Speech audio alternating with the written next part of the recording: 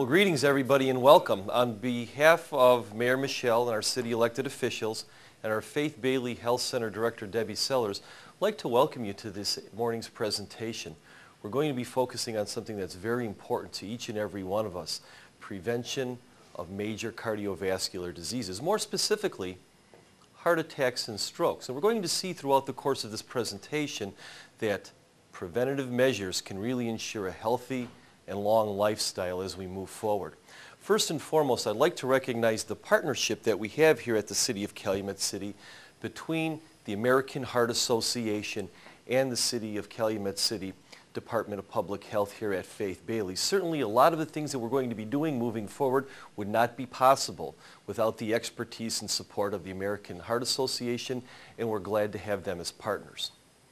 When we talk about the power of prevention, there are really very few clinical conditions that impact us more, either as individuals or as a society or population, than cardiovascular disease. When you have to ask yourself, what is cardiovascular disease and the impact of cardiovascular disease? Well, it affects just about every major organ in our body. It's not only about heart attacks, it's not only about strokes or peripheral vascular disease, but when we're talking about, once again, cardiovascular disease, we can't ignore the effects that it has on our kidneys, on our eyes, and our liver, and our lungs. So throughout the presentation, we're going to be focusing on specifically some things that are very impactful to us, how to prevent them, and what we can do through very simple means to ensure a long and healthy life. The types of cardiovascular disease, we have consolidated them for one slide, but they give us a good representative example.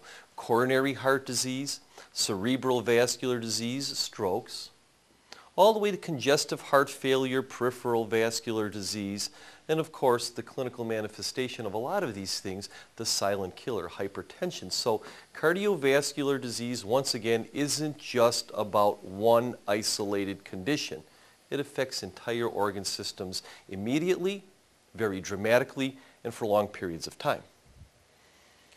The impact of this in terms of mortality cannot be understated.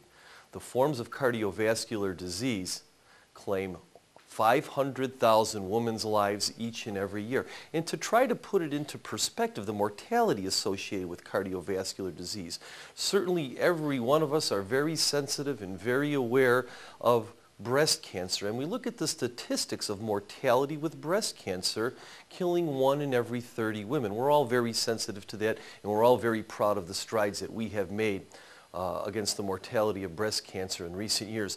But look at the impact of cardiovascular disease, 1 in every 2.5 women. And we're going to see that cardiovascular disease doesn't affect people equally. It has some very select population groups that are higher at risk. And that's the purpose of the program here at the City of Calumet City and with the American Heart Association, is what can we do to lower our risk for cardiovascular disease and consequently lower our risk for the mortalities that are associated with cardiovascular disease. Most impactfully, when you look at heart disease and stroke, two of the most immediate things that we're all very well aware of. Heart disease is the #1 cause of mortality amongst women, and stroke is the #3 cause of mortality amongst women. So you put them together, it is no surprise why Director Sellers, Mayor Michelle, and the city elected officials wanted to present this program through the Faith Bailey Center, is that the impact of this on the mortality of women cannot be understated. Cardiovascular disease, once again, doesn't affect all people uniformly.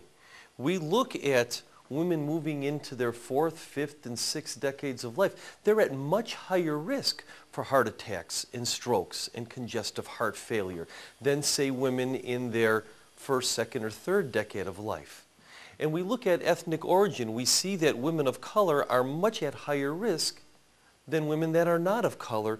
And once again, we see that phenomenon extending beyond ethnic groups to the Hispanic females. So we see that cardiovascular disease and risk factors is not uniformly applied as widespread and as impactful it is. We have some very high-risk population groups here in Calumet City that can engage in very simple things to prevent the negative consequences that we see.